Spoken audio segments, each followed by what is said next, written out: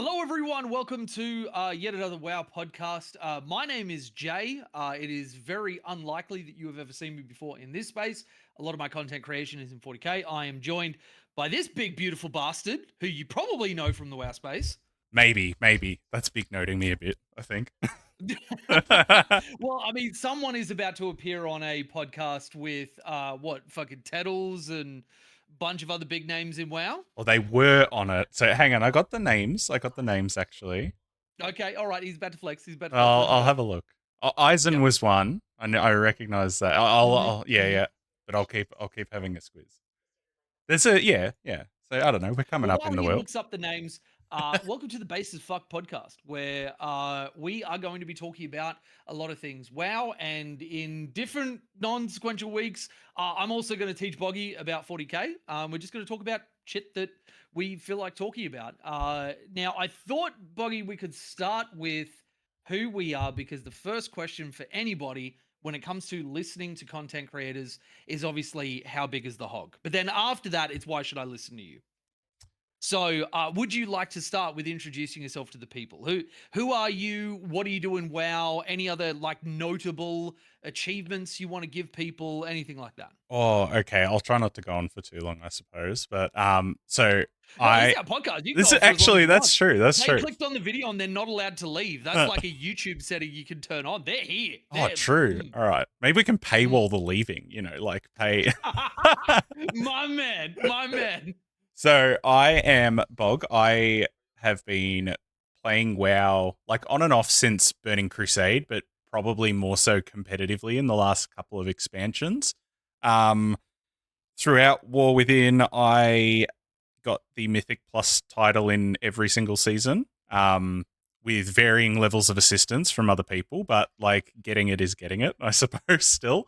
And have recently started a bit of a content creation journey as well, which has been going a lot better than I expected, especially as something I just started on a whim. So that's where my expertise lies, mainly in Mythic Plus. Outside of that, I don't know what other noteworthy achievements in the gaming space we can go over. I have a maxed main in old school RuneScape. That might mean something to some people. Like, I don't know. Yeah, got to flex that street cred. Yeah, I And I click lots I of am trees. basically your polar opposite, where most of my achievements are in raids. So for everybody, I'm Jay. Just like Boggy, Jay is my legal given name at birth that my mother chose for me. Yeah, I love the raiding aspect of the game. For both of us, it's kind of like M plus is the homework I do to be allowed to raid, and for Boggy, it's the opposite, where raiding is the homework he has to do to be viable in M plus to do his like title pushes and everything else. Yeah, so I only got into the game in Legion, but loved the raiding aspect of it. I've always loved like team sports, that sort of stuff. My background is military. I'm an Afghanistan veteran, and so after through different events, maybe we'll get into like background lore and other episodes or whatever. But most of my body has been destroyed in the service of our country, and so not being able to play team sports, I started looking at other ways to sort of scratch that itch, and raiding was just kind of perfect. Like getting, especially Mythic, where you've got a set roster of 20 people getting together, all pushing towards a common goal. It just really, really stuck out to us.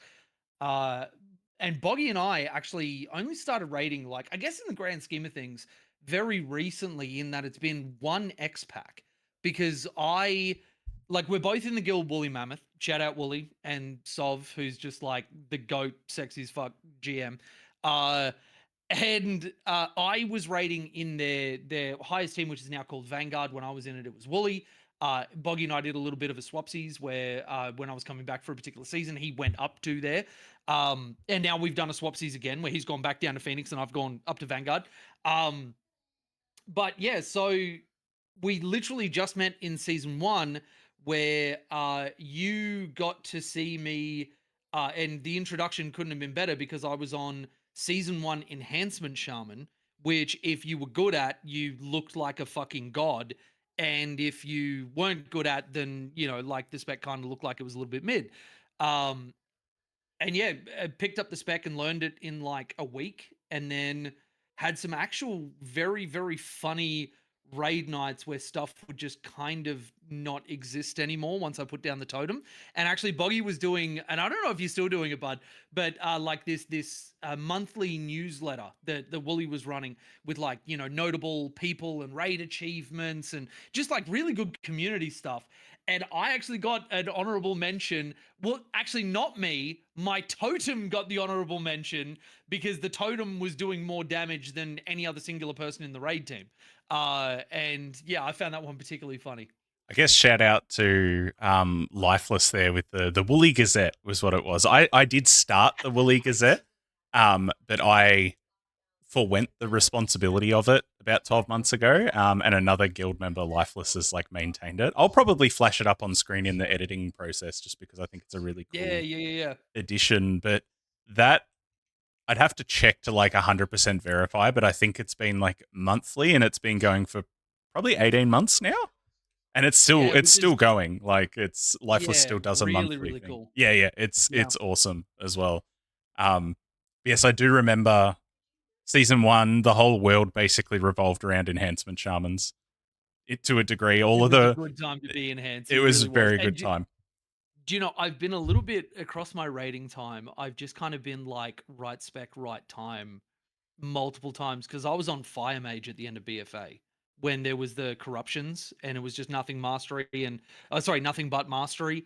And like you didn't have to do any of the splashing of like you never press flame strike. You would pick one target, put a massive ignite on, and it would just naturally kill everything else around it. Like it was the god spec.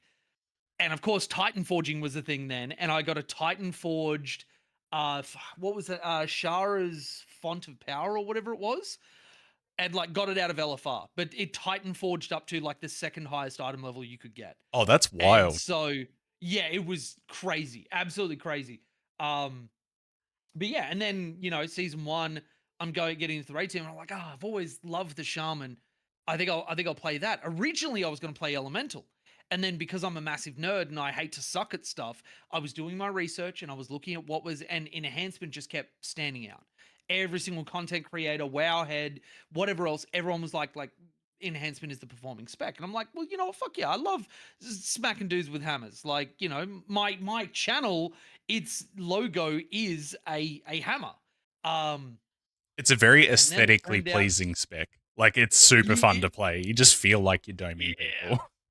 yeah, yeah. And Stormbringer was amazing for like all content, and then Totem got buffed out the fucking ass. And it was just a good time to be a shaman because you'd go into keys. I never had to wait to get into a key. I would press one join button, boom, insta. The second they saw like decent IO score, decent eye level, you were an enhancement shaman, you were in keys. They were like probably, I would say actually, not probably, I think they were more dominant in Mythic Plus for that season. Like Yeah. the whole approach to the season basically just revolved around when does this shaman have ascendance? And like Yeah. all of the Yeah. routes were structured around it. Like basically everything you did was like babysit the shaman and pull as much as you possibly can when they have ascendance. And like that's it. Dude, You just win. having tanks message and just be like shaman when ascendance. Yeah. And had that like 10 times through a dungeon if they weren't like manually tracking it. And like it just wild, wild. Anyway, so that was like my introduction to the Phoenix team. And aside from like personality meshing up, uh they have this brand new raider come in that like I think only Boomy had something to do with me when we got our CE kill. And I guess that's the other thing for people watching. Like I'm a multi CE raider, and Boggy, I think you might be the same. No, just the one. Just the one. Just the one. Yeah. I if things Um, like that happen, I tend to fall ass backwards into them most of the time, to be honest. So like I'd say like but mid to late level mythic has been like where I've sat for a while. yeah, yeah, yeah, yeah. Um, and same. Like I'm getting to know this raid team, and Phoenix has come a long way from when I sort of first joined it. They were dipping their toes into Mythic, and now just this last season they missed out on CE by like a hair, having a bunch of like rostering issues and that sort of stuff. And it really stuck out to me that among the people that were in the raid team, there was this Ret Paladin that was always at the same place in details. Always. And it wasn't mid, it wasn't bottom. It was like whatever. And this was, I think I remember there was a rant. I don't know if you were in the raid that night, but there was another paladin who was like complaining about Ret Pally. And I just remember thinking like, well, Boggy doesn't struggle. So like what are you talking about? Like press your buttons, man. And yeah, and so like, and then I noticed that this is where, based as fuck really sort of came from. That we started chatting more, and everything that we were talking about and everything that came out of our mouths was kind of based as fuck. Like we'd have members of the raid team and stuff in there, in like the voice chat or whatever, and they'd just kind of be like, yeah, yeah. And I was That's like, you know what? We're both content creators. We should make a fucking podcast. We should do that for big old. Well, we're doing it for free to start, but afterwards, big old dollars. yeah. That's all Probably we're what in it for. Surely it's. yeah. But yeah, so that's a well, it was supposed to be a quick run through, but I don't even know how long we were just yapping for. And if anybody hasn't picked up by now, we're gonna have some mad yaps. We're gonna have some mad yaps, and hopefully that's part of the draw. But yeah. I think whatever the run sheet ends up being, will very rarely get like stuck to as well. Especially if we start to diverge. Like I just noticed that our backgrounds are probably very indicative of our like hobbies that are adjacent to World of Warcraft or like outside of it as well. Like you've got all of your Warhammer stuff there. And then all I can see in mine is just like Pokemon posters and things like that as well. So like Well, I find once you have your gateway nerd drug, then the rest comes easy. It's just like what yep. flavor of nerd drug you want to have. And it's wild. When I was growing up, being a nerd was like the thing that you hid, or at least in the Hmm. areas that I grew up in and everything. And uh but now being not being a nerd is being outside the zeitgeist. Like you are a weirdo Yep. if you're not into some version of nerd culture. Um I it still was vividly remember in high school when like one of my friends must have been like, it's a typical social circle, and they're just like, "Oh, he plays Pokemon," and I was just like mortified, and I'm like, "Shh, don't talk about it here." Whereas like these days, it's like the complete opposite. Yeah, yeah. And there's probably actually a bunch of friends that I could have made throughout high school if I wasn't so worried about like talking openly about the shit that I was into. Because like I was more than happy to talk about all of the like mixed martial arts and sports and all that sort of stuff. But that was just because like, well, I mean, everybody's probably got their stories of bullies and shit human beings throughout high school. But I kind of looking back on it, know for a fact there were probably people feeling the same way I did that were just waiting for somebody else to say it first, or to have them like slip up and let out that they were into it, and then like they could be like, "Hey man, hey, what are you into? What are you doing?" Um, but but yeah, so I figured so that we don't blow the first episode out to an unwatchable degree, we could probably start on two topics which I think are very, very heavily intertwined, and I don't think we can talk about one without acknowledging the other. And I've put purge on both of them, but that is the class purges and the add-on purges. So obviously, this has been a hotly contested topic, and it's a topic you've already put a video out on, and people probably don't know that I actually saw the script before you put the video out, had some input into that script, and I do like that we are both the sort of person that when we go to have a response to something, one, we're not whiny little bitches about it, and two, if we do have like a dissenting opinion or a negative opinion about something, we also don't want to speak without offering some solution or message of hope or whatever it might be. Uh, Now that we've got pre-patch out for a little bit, we've been able to play with it. Beta's been out for a little bit as well. I don't know how much you've played of that. I've been on it on and off. How are you feeling post class and add-on purge? And do you feel the same as you did when it was sort of announced and trialed and whatever leading up to pre-patch? I think it probably depends a lot on like what classes you've decided to touch as well. From what I have fiddled with, which has been basically Ret Paladin, Affliction Warlock, and Org Evoker, they all feel like either very similar to their like post purge state, or pre-purge rather, or they just feel good, I suppose. I think like there was a lot of fear about like the complexity sort of like disappearing, and like at least from what I've seen, there's still enough in those specs to like I guess differentiate between I guess like a good player and a mediocre player, right? Mm. They are a lot more accessible. I think like Affliction Warlock seems to be like the best example where in the past I feel like if you didn't know how to play AF, it was just all over the shop.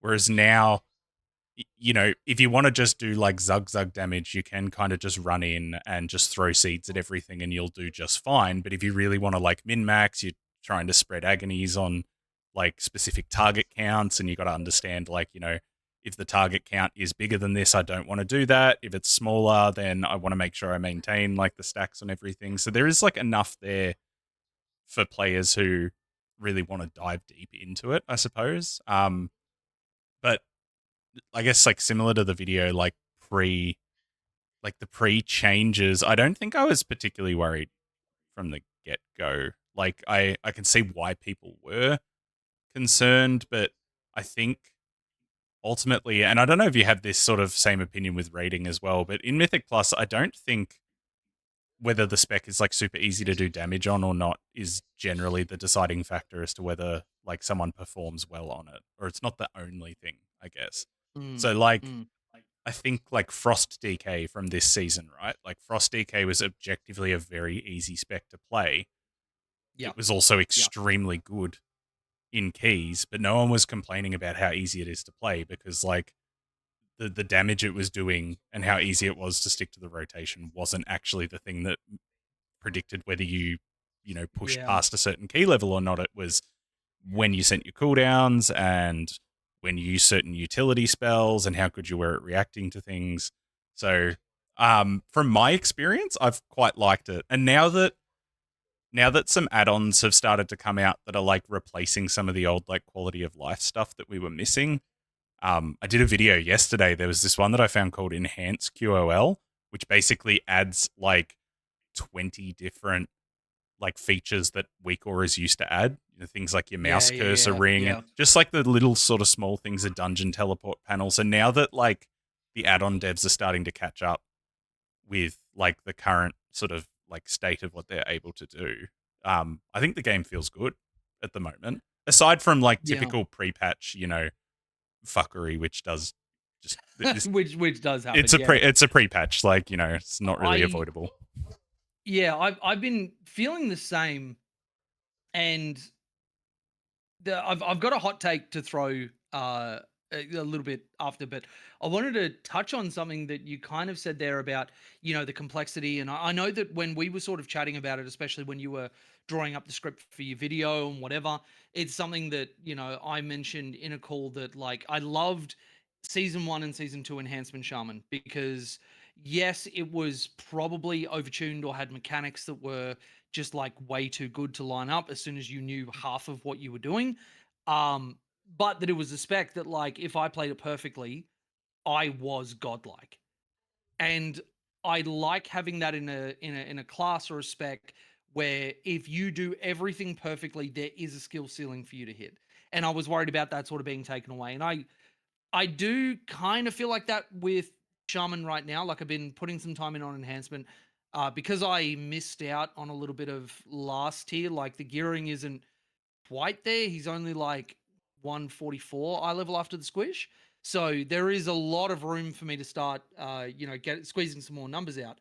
But Totemic, which is the spec that we're currently looking at that we're going to be playing, at least for pre-patch. I don't know about Apex talents, but anybody who says that they think that they know is probably being disingenuous because there's going to be like rounds of tuning and all that sort of stuff and whatever. Uh, but it's funny when there are people that were like, oh, no, they're taking all the complexity out of the specs. Everyone's going to be dead. Everyone's going to suck, whatever. I couldn't help but laugh because I was like, well, y- you had these complex specs and you were complaining about them. Every second forum post was about Shaman being way too fucking good. Not anybody mentioning that like there was actually a small subset of players that were able to push Shaman to the point that it was so dominant. And you have people that are trying to follow the meta. And, like then you'd have like little bits of stories or whatever of people being like, oh, I thought Shaman was really good. Just had one in a key. It did absolutely nothing. Like, the stuff that you expect when you have people, like a broad range of people. And so it's like, you're never going to make everyone happy because when there's complexity, people complain that it's not approachable.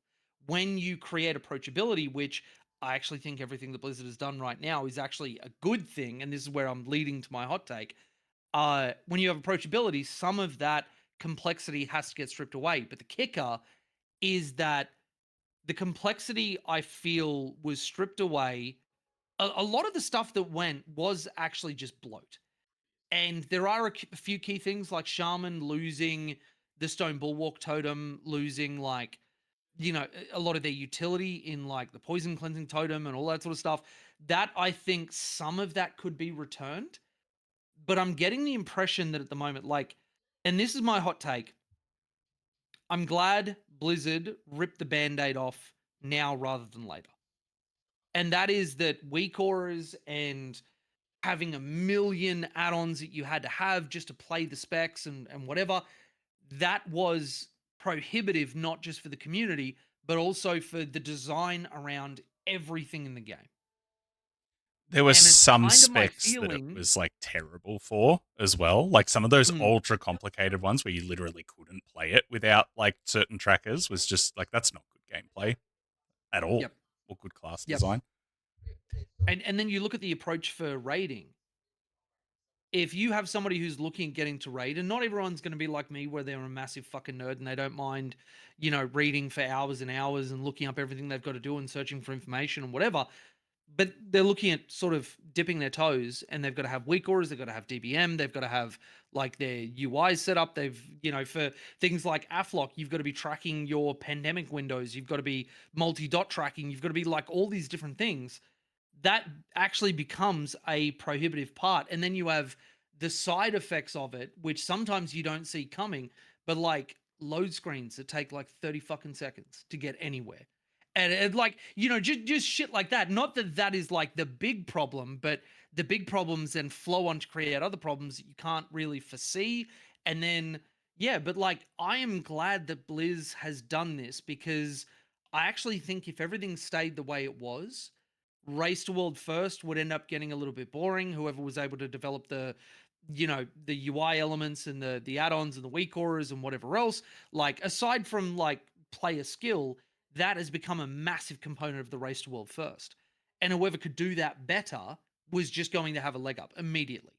And it creates more of a two-horse race than we've already got because Liquid and Echo have so many resources. How would any aspiring Race to World First guild be able to keep up with that when they can't just like employ people to make weak auras for them? They literally were And hiring people to code weak auras. Like that's the they were, craziest they bit. were, they had on-demand support for okay, X problem, make Y add-on, and Yep. it'd be made within like whatever amount of time. They would have people that would push updates to the Raiders UIs. You could see it after a pull. They would push something and say reload X, whatever. So and that's obviously like a macro level thing for the Race to World First, which I am a big fan of. I know it's not everybody's thing, but I actually, and surprise surprise, the guy who is a like career tournament player and whatever else is a fan of having a pro scene because that's the scene that I exist in 40k. But I do think that having a healthy pro scene is good for the life of a game. um but even just down to those individual moments where stuff has to be designed in a way to account for weak auras, which means people need weak auras, which means if you don't have it, you are strictly playing a different game to everybody else, and usually on hard mode. Or it's impossible. There are bosses, and like Brood Twister Overnax jumps out as like the probably the worst Yeah. culprit, where the weak auras weren't just like they weren't just like helpful additions. It was like quite literally, I would say it would be like next to impossible for most groups to do that boss without the weak aura assigning like egg Yep. breaks. Um, Yep. and it's I'm just trying to think. It would not be the only example of it either. Like every raid tier has some element of like weak or is assigning things based on like what's going on in the fight, like the Mm, computational mm, stuff, I suppose. yep, yep. Um, and I think like a lot of the dooming and glooming was because like we did have that week after the purge where everything felt pretty scuffed and no one had any decent UIs. But now that all the things that we were always going to be able to maintain are starting to return in the form of just like other add-ons, and they're all just Mm, quality of life stuff. Like you don't need them, but they're nice to have. You know, like the mouse yeah, definitely, cursor is definitely. like the one Yeah. that jumps to mind, but it's it's not like hard required anymore. And especially with like approachability with specs too. Like some specs, I guess the ones that I've played, aside from Aflock, like Organ Ret, didn't really change much because I think like Ret was arguably the first spec that they did that to anyway. Like they I redesigned it remember us in, talking about this. It was a little yeah, bit of like a trial run for like, yeah, let's streamline, let's take out the elements we don't need, and to be honest, like this is the most simple any of the specs are going to be mm, in the next couple of years. And sometimes like, and this is why I, my hot take is I'm glad that Blizz did it. Not to say that I don't understand people not being a fan of it at first. Like change is very like fundamental change is very rarely widely received well. Us as humans don't do well with change. and I'm sure And they've made a mistake with certain specs as well. Like, because the thing is mm, that players who are on specs that haven't changed a great deal probably won't feel the weight of that hammer falling on their head, so to speak. Um, whereas like specs like Enhanced Shaman has changed quite a bit. I know you've been playing a bit of Mage. I know that like a lot of the Mage specs are vastly different, so I can see that mm, being like super grating as well. yep, yep. Um, and I'm sure there's specs that they've like messed up complexity wise as well. I'm pretty sure Ellismere needs like a welfare check at the moment after the last like HPEL announcements. Like whoever's doing the dev work for HPEL has like no idea what they're doing. Yeah, yeah. But But broadly speaking, yeah, the I guess the point that I really want to drive home though is that while understanding that people very rightly feel a certain way about that change and about the prune and everything else, what Blizzard is doing could be the most pivotal moment in WoW in recent memory because they are taking out a lot of they're cutting away a lot of rot, and it needed to be done at some point. If they let it keep going, then I think that we would be in a timeline where WoW actually gets worse over time. But they've made a hard decision. They've cut the rod out and they've taken out stuff from specs that, either was superfluous, added to complexity unnecessarily, and not I won't say this broadly. Like obviously there are going to be specs that suffer more than others. I want to make that very clear. But it has to be done so then you can build on the bones and create something more healthy. And same with Raid and Mythic Plus and whatever. You can have designers design in a space where they're not worried that a simple WeakAura is going to solve the mechanic, or that the mechanic in the current space of, you know, WoW and everything else is just undoable without that WeakAura. and I think And like they've removed a lot of even just like the tracking of other people's abilities as well for that exact reason, because like we saw in Mythic Plus a lot this season in particular that like they would just cram dungeons full of like many casters, like as many casters as they could put in there, because they were aware that everyone could track each other's kicks and track each yeah, other's silences and track each other's stuns.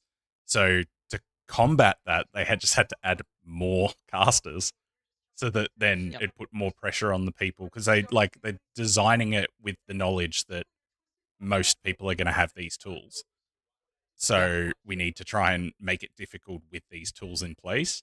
Whereas, yep, you know, it's not, it's probably fine for like us, like seasoned players, right? Like we adapt and adjust, and it's not ideal, but like we all, like both of us and a lot of other people learnt to play like that. But mm. then you can't have a healthy game without new blood coming through as well. And like No, absolutely. That is nobody's the going to want to depth of play any it. game. Yeah. Yeah, Yeah. yeah. And it really is a, when you look at the design space they were forced into over time, and not to say that they didn't contribute to that being the case, but you've got a developer who has no deterministic control over the macro, the way that WoW is gone. Like, they have no control over that. But if they don't make something that is good enough, like, look at the Race World first reaction over how easy Galliwix was to kill. Liquid were walking around going like, "What? We just got world first, but like, what the fuck was that boss? What that it was like, it was surreal in a way of like, how the fuck was it that easy?" But then you've also got, I think it was, what was it, season before that, or was it in Dragonflight, where the Race World first went on for like 2 months or It would something? have been season 3 Dragonflight because like Tindral was like a massive wall for, and then like That's right. yeah, Yeah, yeah, yeah, yeah. Farak itself was like a very hard boss, but then it had Tindral before it. I do vividly remember the Chinese guild that got like world rank 6 or something or 8. You know, they were like up Mm, there, but they did over 1,000 pulls on Tindral before they killed it. yeah, yeah, So like yeah, it would have been that tier. yeah, yeah. And so, like, you look at something like that and you go, all right, obviously there is something for, and your players are going to drag you over the coals if you miss the mark. Because, like, on the dungeon point that you were making, if you roll through dungeons and people go, this game isn't complex enough, it's not engaging, it's not fun, it's not whatever, your players on the high end want to be challenged. Obviously, they don't want to be challenged by bolt spam, because I don't know anybody who enjoyed that. But then you've got on the lower end of it, where if you make it too prohibitive, where, a lower level group of players walk in at an appropriate eye level and then they get bolt spammed to death, and they're just like, I don't feel like I have the capacity to do anything about this, because no one is tracking each other's kicks. They might have the add-ons, but they don't have the situational awareness, they don't have whatever. And, like, all of this is to say that I think that taking it down to the bones and building it up over time is going to be so much more healthy for the game. But the kicker is, it's on Blizzard not to fuck this up, because there is every chance that we give them faith and the benefit of the doubt and they fuck it up. But I actually think they've been kind of doing well lately. And I know that might get me a lot of hate if anybody watches this video, but like, it's kind of true. It's kind of true. For any missteps or small whatevers, they've actually, on the whole, been doing pretty well.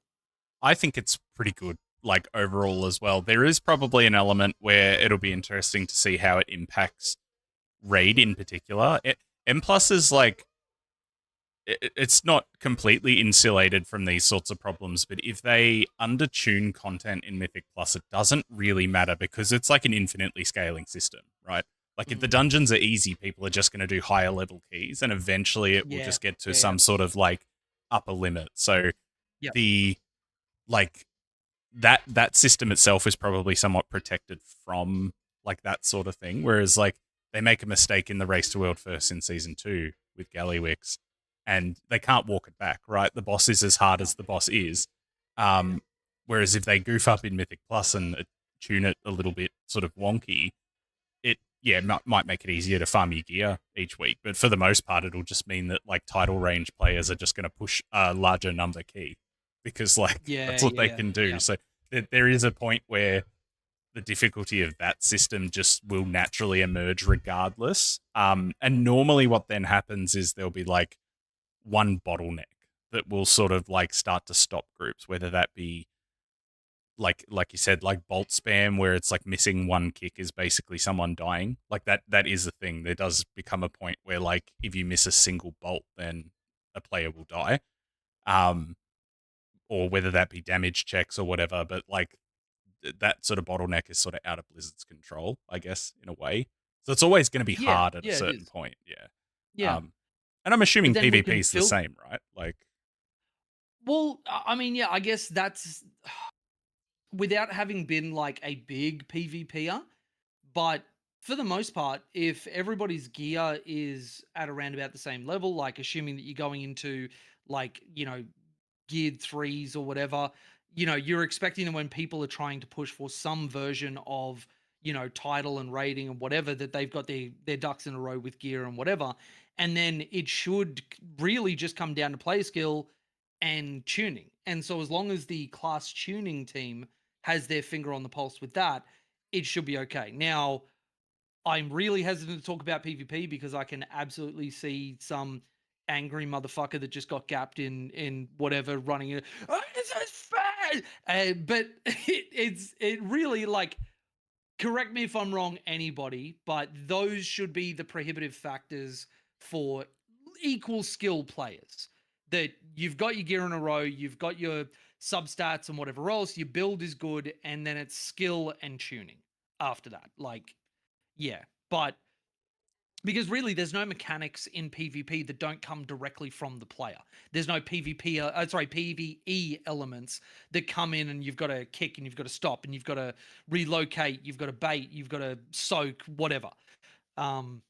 So that's But probably yeah, the same as always, I guess, because I mean that's probably PvP in a nutshell. But now it's just a little bit more accessible because PvP has probably been en masse. Like the game itself has been pretty daunting for people who haven't been involved with it for a long time. it's a lot. But It's a lot. PvP, I think, is the worst or has been the worst because like Yeah, yeah, there's so yeah. many like different trackers, like you're tracking enemy cooldowns, you're Mhm. a lot of these like PvP add-ons are tracking enemy cooldowns, party cooldowns, diminishing returns, like things that, and especially when you think about like diminishing returns for like CCs, that is like the most Mm. unintuitive thing in the world.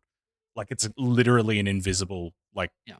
numerical mechanic that you have to track to be good at this system, but you need an Yeah, add-on yeah. to track it because it's not even directly displayed. Yeah, so I think it's I don't know. All of that's probably just a roundabout's way to say that I think like the design philosophy is actually quite good at the moment, and I'm pretty aside from like typical pre-patch woes where like the event was kind of mid and the like some specs aren't performing particularly well, and then all the funny like bugs and things that pop up. I still find Yeah, it yeah, yeah. hilarious that they recode something for the new expansion and then like something breaks in some like dungeon from a different expansion. Like the amount of spaghetti in the background must be unreal for them to be like, Yeah, yeah, yeah, we're gonna yeah, add yeah. midnight pre-patch stuff, but oh god, the first boss of Tazavesh Streets no longer casts after its first round of abilities or something. Like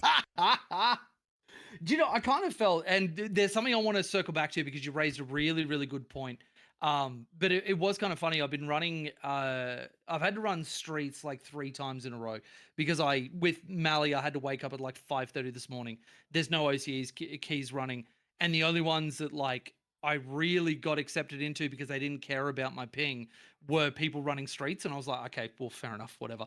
And I think I ran like just 12s and 13s or whatever. Um, but yeah, the boss in the bar, like the third boss or whatever it is, or generally the last one you do before you go up to the final boss. Uh, I swear to God, he never did the suck in mechanic, where you get sucked in and then you use your instrument to get out. Didn't do it once, yep, I've and I'm like, seen the first boss in particular. Like I've seen it go through like one round of mechanics, put out one interrogation, and then literally stop doing anything and just turn into like a that's big target yeah, dummy. Like yep, I yep, I find it quite amusing that, and the same things happen in other dungeons, like the ability queuing on the bosses in Halls of Atonement changed after the pre-patch, and it's definitely not like a deliberate change. Like it's just quite mm. clearly some sort of weird byproduct of like whatever's gone on in the background. So there must be an absolute mess back there. Like It has to be, and it begs the question of how much of a positive is this going to be for the Blizzard devs, where they're going into a season and you're not having to waste time and manpower on solving, will players solve this with an add-on. You have a certain amount of things that you have to put in mechanics wise and whatever, and then if they've got extra time, and I'd be happy for a Blizzard to say no, this is completely off base, and you don't know what the fuck you're talking about, which fair enough. But if you don't have to worry about a whole extra subset of problems, maybe they do actually have room to go and check out spaghetti code on the old dungeon they're bringing in for a new season. Because, like, we saw with Grim Butthole and whatever else, like the older dungeons do just tend to have that little extra bit of jank in whatever old school ass mechanics and builds and whatever they've got. If that gives them a little bit of extra breathing room because they're not having to, go through the same development cycles in an add-on world, that gives us more shit, then I'm all for it. In saying that, Dawnbreaker has been the Oh most my god. egregious Oh my dungeon. god, yeah.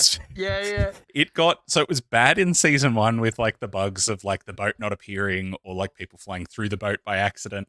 It I got still flew through the worse. boat today Yes, and disconnected when I flew through. yep, it's worse this like last season that's just went. Yeah. Believe it or not, I've Yeah. seen there was I could go through like a rattle off list. There was a key that bricked on me in season 3 where one of the mobs on the boat literally like lifted up into the air, got, and it must have just been from like a DK using like asphyxiate or something. But the mob got like perma stuck in the air and then floated off into the distance. Like the boat went past it, and then like no one could get out of combat, so we couldn't fly. So the dungeon was bricked, and then like the little mobs around the side just deciding like, oh, I hate this one person, I'm going to start casting on them, Yeah, resetting their yeah, thread yeah. every 5 seconds, disconnecting. Like that dungeon was Yep. probably the exception in the sense that old dungeons are typically bad, but if they had even a little bit of dev time to just go back into Dawnbreaker and be like, why is this dungeon breaking 1 out of every 5 runs? That would Yeah, be yeah, really, yeah, really yeah. nice. Like, I'm sure there was a lot of push keys this season. And fortunately, like, I wasn't the recipient of this, but I'm sure there was a lot of push keys that got bricked because, like, someone fell through the boat and disconnected. Yep. Or, Yep. like, the mobs on the side just decided out of nowhere that actually, no, we're just going to start killing this person. Like, so more time for that, please. Fix Yeah, the like spaghetti would and be good. and they've already shown that they can do it. Like they fixed the problem where Devourer Demon Hunter souls were falling through the boat, and so they Mhm. literally couldn't get into Void Meta. As just wild shit. But yeah, so extra dev time, obviously great. And then the other thing that you sort of offhandedly mentioned before that kind of jogged it for me was, looking at players getting into PvP and the prohibitive nature of the add-ons and whatever else. But that translates to M plus and raid. And like you probably remember for people's uh why is my brain shutting down on me? Oh my god. For context for people, Boggy and I both have a Bachelor of Psychology. Boggy went further and got honors with his, and I think that's as far as you went. You didn't go masters or PhD. No, no, I have a master's in OT, so I'm an occupational therapist by trade, but no, Right? no Yeah. further in psychology. Yeah, So you'd probably remember from the degree, or may depending on how long it's been for you, where there was a module on like overloading your brain where like it sort of touched on the old stereotype of like women can multitask but men can't, and it's actually bullshit. No human being can multitask up to the level of cognitive function that they've got to focus on multiple tasks until a task becomes so routine that you actually don't need to spend any additional cognitive function to perform it. So it's like people can drive for 5 minutes and not remember anything of what they just did. They kind of just zone out, but they're still turning, they're still accelerating, they're still doing all that sort of stuff. They can talk on the phone while they're doing it. They can talk on the phone while walking, while holding something. Like certain the tasks, once you do them enough, become so routine that you don't need to focus on it. it's coming back to me now. I can't remember the name of the theory, right? But the levels went through like you had conscious competence, or is it Yes, yes. unconscious incompetence? Is where you have no idea and you don't know why you have no idea, and then Yep. conscious incompetence is like I'm aware of what I need to improve, and the idea was to get to unconscious competence, which is like the ability to do the thing effectively without even having to put any mental energy into it. Yep. Um, and I Yep. guess our brains are sort of like computers in a way, in the sense that like we only have so much like RAM or working memory to use Yeah. at any given Yeah. point in time. Um, so like having something like just like class complexity take up so much of that load makes it really hard to play the game in general. Well, not even just that. And this was the point I was going to go to. you have little Tommy Biggles who, just downloaded WoW, and he's so excited, and then, he ends up playing for a little bit. He's like, yeah, this is really fun. I'm able to do open world. I'm able to level. I'm able to whatever. He hears about raiding. He hears about M plus. He joins a guild, and then the guild team's like, "All right, cool. Download DBM for me or Big Wigs, whichever one you want. If you get Big Wigs, make sure you get Little Wigs. There's a UI pack that this content creator has, so download that. Or you need to get WeakAuras. Can you get this, this, and this? Can you get RC Loot Council? Can you get blah blah blah blah blah?" Dude imports a bunch of stuff from a creator, sees everything on screen, and has no fucking idea what they do. He recognizes some of the buttons. He sees the bar filling up. He sees a bunch of utility things that he's never interacted with, never used. What is the cognitive load that little Timmy, or whatever I called him, little Mr. Biggles, what is the cognitive load that he is having to put to just understanding his UI? Which then means when he's targeted with a raid mechanic, is he even going to be looking at his character, the animations that might be on it, the sound effects from the game, from whatever else? Or maybe he, and this is wild, and this will probably be my hottest take. If people play the game without game sounds on, you are a psychopath. Like, that is just, you're starting to becoming a serial killer. It is just like, but he downloaded a package that turned off game sounds and had a bunch of like cats meowing at him and crashing sounds and run away, little girl, run away. And it like, and all of a sudden he's not hearing the game sounds that he leveled with. He's hearing a bunch of random ass fucking noises that sound like they're on Mad Money from old Terry douchebag who doesn't understand what money actually is, but he's very loud in the process of telling you what you're doing. And he has no fucking idea. Like, that is an intro that I think we could ask and get like at least 1 out of 5 people be like, yep, that was my experience trying to get into raiding. That was my experience trying to get an M+. I downloaded Quasi's package. I downloaded Zorthus or whatever else. Like, I imported these massive things from these creators, and it looked really good. When they explained it, I understood. But then I got into game and I had no fucking idea. And this probably explains a lot as to why, and I think people can get like a little bit, they maybe forget how difficult the game can be sometimes. Like, I'm sure we've all run keys or done raids where you just have a couple of people in the group and they're just repeatedly dying to like what are, in a sense, like objectively stupid things, like frontals or just swirlies on the ground. But then when you take it into the context of like, I guess it would be akin to like randomly swapping someone's car controls with that of like an aeroplane control panel that still controls the car, and then telling them to go for a drive and then being upset when they run into a light post. Like, it's... Yeah, you understand the vehicle, but what's in front of you, you don't have the muscle memory and the ease of use that you had. And then that goes perfectly into the next point, the flow on from that. You take all that shit away. You have a very simple gameplay enhancement cooldown manager that they can, drag and drop, and it's not as customizable as they wanted. If you're a high-end player, you need probably something way better than that, something that's familiar and comfortable and whatever else, which is perfectly fine. But little Jimmy, Timmy, Tommy Biggles, he's out here just going, okay, I just need to focus on a couple of these. Okay, I recognize those. Those are my major buttons that I need to press. This is my resource bar. And now, rather than looking at 27 UI elements, he's looking at a mob and going, oh, cast bar. Okay, I can kick that. Oh, I've got something over my head. Oh, there's a circle on the ground. I should move out of that. Oh, I see all of my friendly players running into a circle. Okay, I'll just do what they do. Fair enough.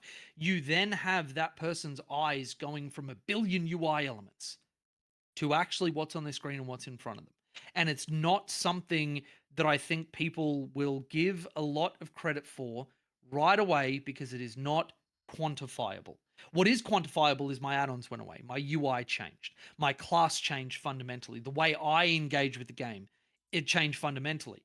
But I will tell you this now, as somebody who has picked up and learned most of the specs in the game and can play it at the highest level, if you want to humble yourself, go and pick up a brand new class you've never touched before, walk straight into a raid environment. Don't do anything else.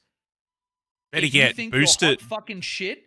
Boost it to 80. Boost it to 80 and do that as well. Like, avoid all the leveling. Take it into a raid environment. Yep. Take it straight into M+. I guarantee you will fall on your face and you will work out that living in comfortability and believing that that is everybody else's experience is fundamentally flawed. And that, like, I tried to get my little brother into WoW because I was really enjoying it, love spending time with him, and like it was just prohibitive because he's not the same person as me. He doesn't just have this sadistic need to soak in every bit of information he can, and like the same thing that made me good at 40k. Like, he just wanted to have some fun. He wanted to push some buttons. He wanted to whatever. But what I needed him to do to come and play the content I enjoyed, massively prohibitive. He didn't have the time for that. He's got other shit that's going on. And fair enough, he's an adult. His life isn't going to mirror mine. It's I had the same experience with like my younger brother as well. He's been home. He's been back and forth from England for the last couple of years, so spending like 6 months here, 6 months there. And I went and talked to him like earlier this summer, and he was like, "Oh, I want to get into WoW," sort of thing. And he's not stupid. Like, he's a very, very sharp young guy. And even for him, it's just like it's too daunting. It's like I understand logically sort of like what's going on, but the amount, like, people like us who will sit there with that sort of like, man, I'm shit at this. What do I do to improve? And then spend like countless hours, fidgeting and watching streams and attacking target dummies, and like we are the exception, I guess. And yes, we are not the rule. Yeah, that the game shouldn't be developed around us for doing that. Well, yeah, I mean, like, you want to have content for us, you want to have whatever, but like, we aren't the people that are having trouble getting into something. You put a piece of content out, we will probably have cleared it within like a very short amount of time, and that's fine. And I think something else that I haven't seen anybody talk about is that we know putting in that effort is worth it. We know that we're invested in the game. We like the content. We like whatever. Like, Boggy, have you played Where Winds Meet? No. Do you want to drop 60 hours into it to find out if you enjoy the end game? Well, not particularly, no. This is the typical like MMO thing, right? Like the game really starts. If you spoke to a fan of Where Winds Meet, it's so worth it. It's so good. The end game is incredible. It's got all these things. Go and put this 60 hours in, Boggy, because I say that you will enjoy it. Because all people are exactly the same. That's what we're learning in the current political climate. All people are the same, and everybody thinks the same, and everybody enjoys the same thing. Boggy, go play Where Winds.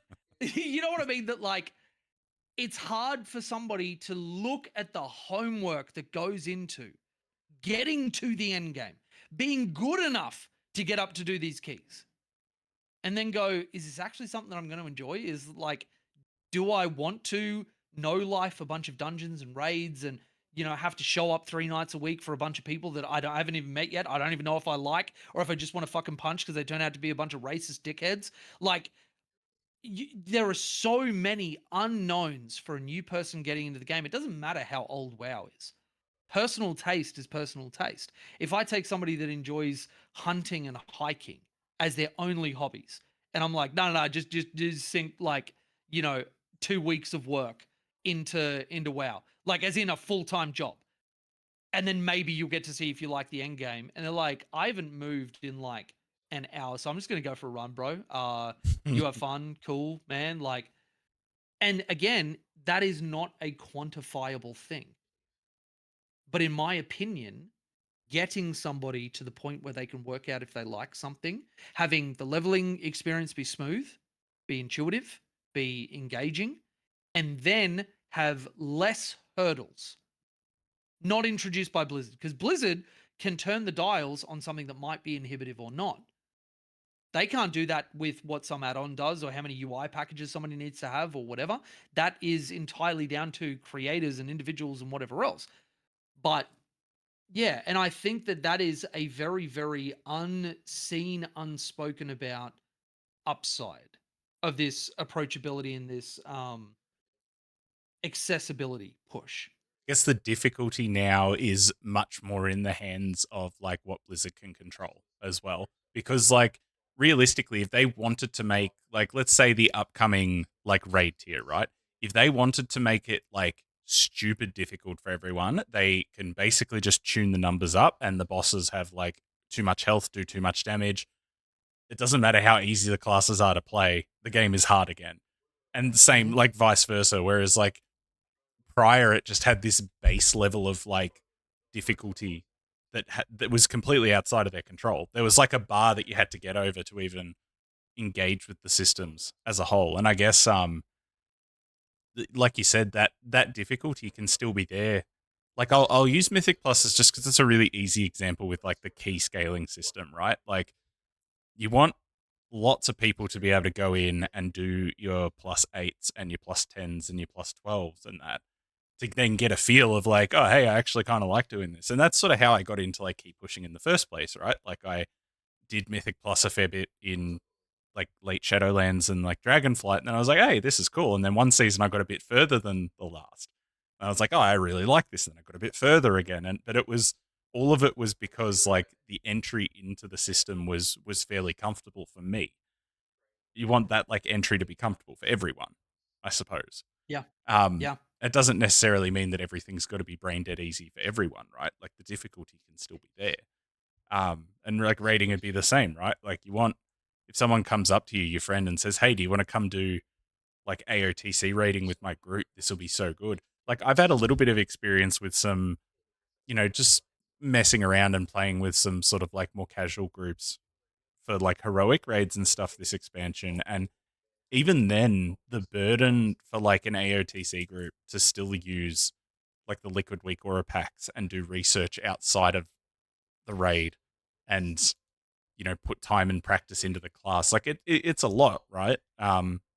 So like having the barrier be lower just means that someone could log on and be like, I'm gonna raid heroic with this group one night a week because I like doing it and it's fun and we can talk shit and like kill some bosses, and I don't need to spend an hour before the raid watching the kill pov videos, or I don't have to like keep, what was that thing that the liquid the aura updater thing that was around this Oh patch. yeah, yeah, yeah. Yeah, where the WeakAura would break if not everyone was on the same update version of it. So Yep. like Yeah, people would yeah, yeah. repeatedly have to So like, raid leaders were having to check the yep, updater versions going into yeah, yep. 100%. And there would 100%. always be someone who like wouldn't update it because realistically, who the hell is going to check whether their liquid WeakAura updater has changed in the last 45 minutes or at all, Don't really? Like, dude, this is the nature of humanity that you cannot escape.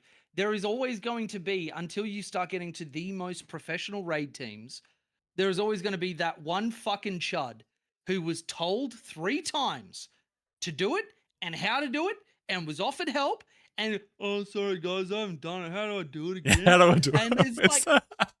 and it's just like you can't escape it. You can't escape. There is always, like, every raid team has that person. Or multiple of them as well. Maybe not just Usually one. multiple. Yeah. Usually multiple. And but then you've also got, like, it won't even be that it's a chud that's doing that.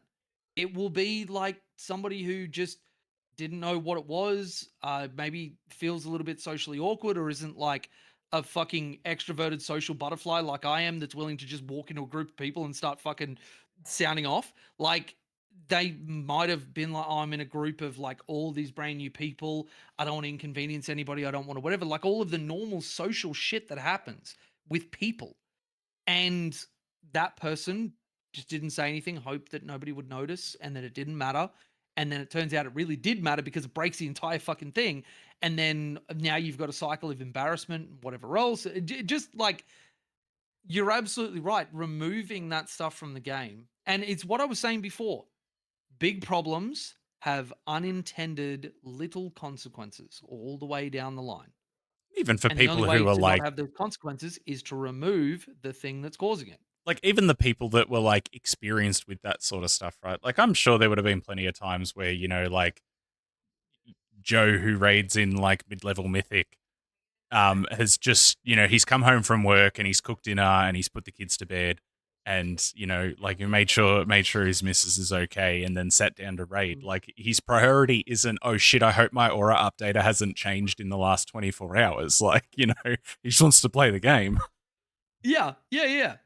Like, not everyone's gonna be like old fucking Big Baz who sits down and 2 hours before raid he's doing his sims and he's doing his updaters and he's doing whatever. Like, He's doing a everybody key to will warm his approach the fingers up. game. Like it just doesn't happen.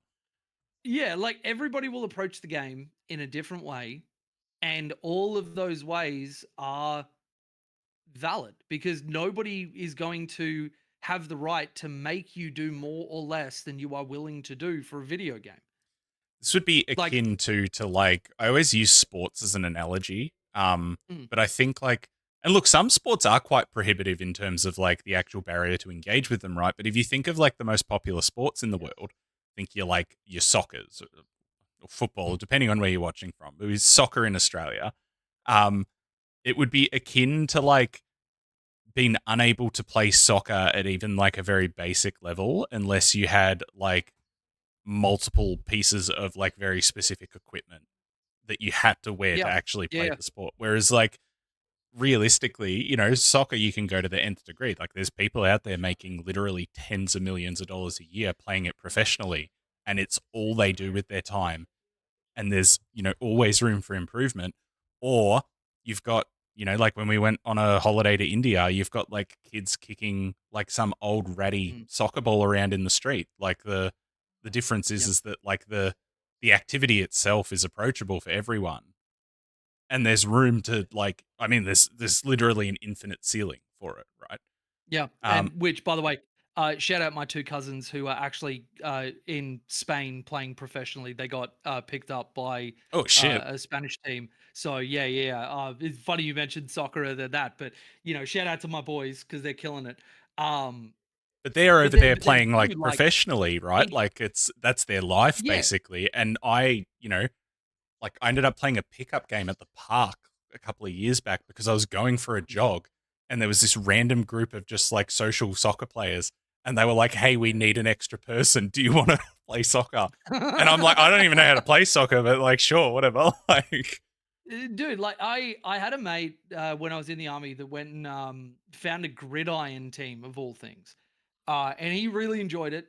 And they were trying to do a recruitment drive, and some of the boys were like, "Okay, yeah, like what are we gonna?" And they're like, "All right, you need this helmet, you need these pads, you need these pads, you need this, you need this, you need this, you need this." And the boys are like, "Oh, okay, I'm gonna go over to the rugby field and I'm just gonna hit somebody while holding a ball." yep, yep. So you guys enjoy that, and yeah, but like you imagine how unpopular rugby would be if it's like, all right, before you catch the ball, you have to sit down, you have to complete the Sudoku puzzle. Once you've completed the Sudoku puzzle, can you please make sure that the square goes in the square, the triangle goes in the triangle, but the circle can't go in the circle. You've got to put it in the square, but you got to make sure that you find somebody who's also got a square that's actually a circle, and then you can run it. Like it's adding steps on steps on steps. And yet, soccer is a great example because it is a worldwide phenomenon. So simple, kids can just kick a ball and be doing it.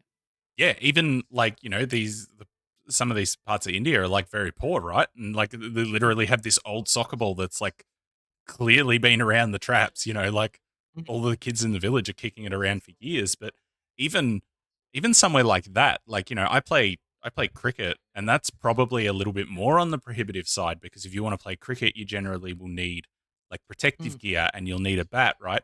Even in India, where cricket is like the thing, right? Like the famous cricket players in India are more or less like I would say more famous than like the politicians, right?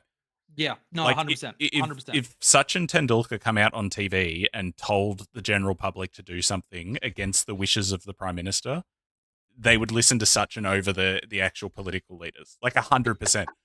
But even there, like a lot of the kids they weren't as interested in like playing cricket on the streets because they didn't get the opportunity to do it as much because you need equipment, you need a bat, Yeah, yeah, you need pads if you're playing proper, like, actual cricket with a cricket ball because cricket balls hurt. yeah.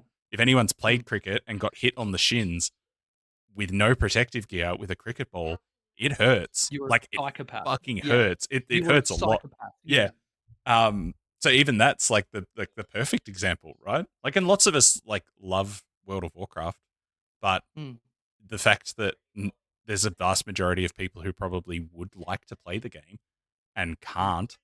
And this is, I guess, like maybe it's a little bit more credence coming from both of us, right? Because I'm very protective of my like high level Mythic plus. Like I want things to the yeah. atmosphere there to be good. Um, And it would be very easy for me to sit back and be like, no, no, no, this is dumb. Keep it hard. All the normies can go play, I don't know, Guild Wars 2 or whatever casual MMO exists out Yeah, there, yeah. right?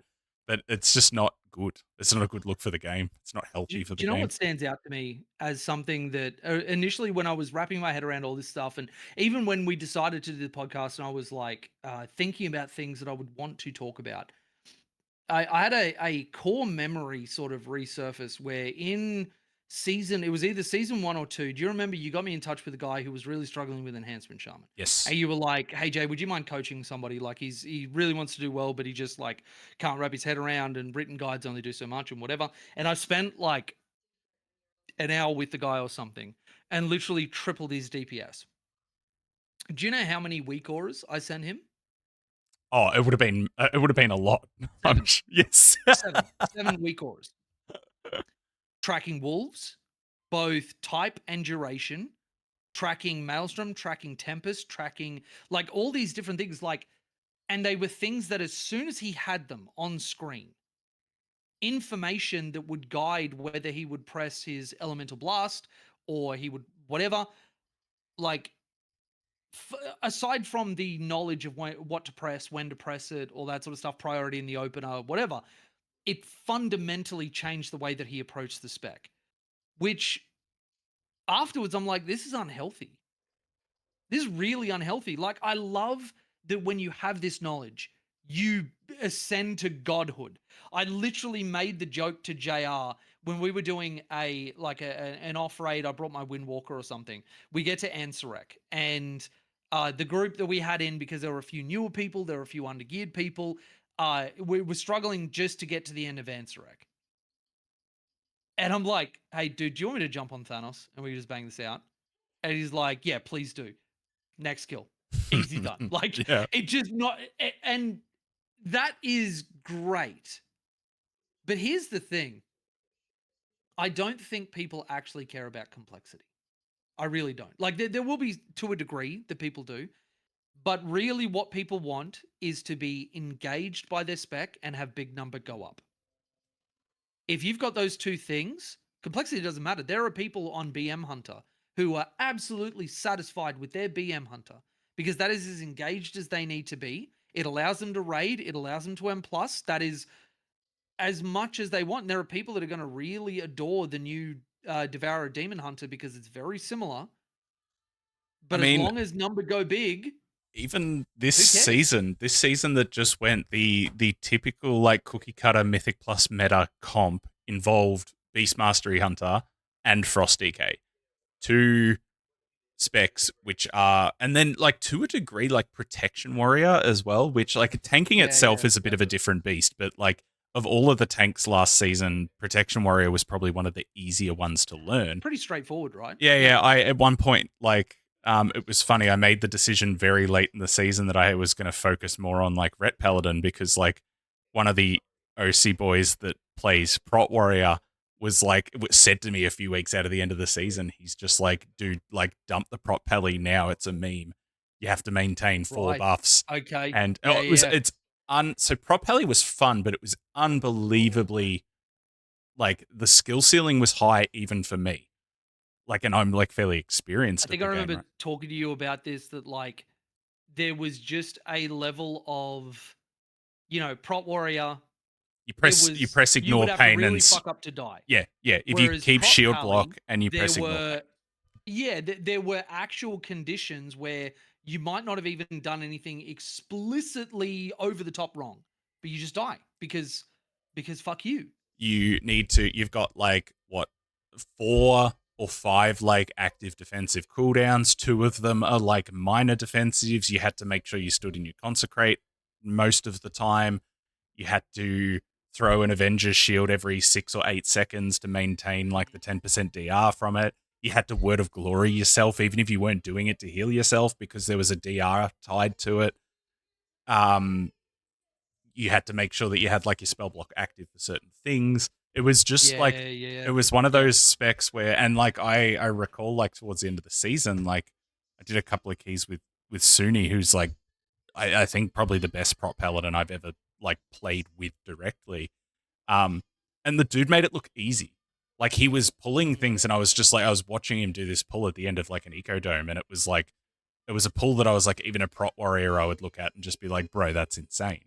It's like a plus, would have been a plus 20, and it was like Mhm. 8 fast stalkers, and like it just this the insane shit. But like the level, like he literally would have been pressing perfect globals and tracking like 5 different things at the same time. Yeah, yeah, yeah. Like that's not healthy. But anyway, like back to like what you were saying. Yeah, The thing yeah. is that the meta comp last season for pushing title range keys involved 2 DPS specs that were like, well, BM Hunter's always been, like the smooth brain spec, right? Like Yeah, yeah, that's yeah. been the sort of the meme that it's been stuck with. But Frost DK was pretty close to as easy. And yet the push scene still existed, and there was still like a ceiling to aim for, even though you had particularly BM Hunter literally just like running around doing their full rotation. Like I saw some BM Hunter UIs, and it was literally just they were pressing like 3 buttons, and they didn't Yep, have to stop. They didn't yep. care. Like they just moved and did whatever. And yet it was still hard because like the rotation wasn't the thing that made that content hard. It was the Yeah. fact that like shit did so much damage, and you had to coordinate things with your group, and you had a limited number of defensives, and there were times where you would just want to rely on your healer to get you up, and other times where you had to press a defensive or you would die. So the Mhm, complexity is still there, even mhm. in the fact that like it's BM Hunter, right? That you press 3 buttons and you like do lots of damage. And here's the thing, and this is where my statement is, I believe, true. People that get wrapped around the axles about, oh, you're playing an easy spec, you're playing whatever. Like, it's fine for banter, but really, who gives a fuck? You're not sitting behind my keyboard. What do you care how many buttons I press to get a number, as long as my number's contributing to the group in a meaningful way? How easy or difficult my spec is literally no concern of yours. If my number is correct, and if I'm getting my kicks, and if I'm doing whatever. So therefore, the complexity of the spec only matters up to the point that it engages and is fun with the person who's piloting it. Everything else is just fucking noise. And As if long as you it does good damage, is able to, and this is probably a better subcategory, is allows you to solve problems during the content. So be it stops, be it kicks, be it, utility things, be it like, demon hunters being able to cage to facilitate a skip or whatever other versions of that exist in the game, shrouds, mass like whatever. That's really all that matters. And simplicity really comes down to the person who is engaging with it.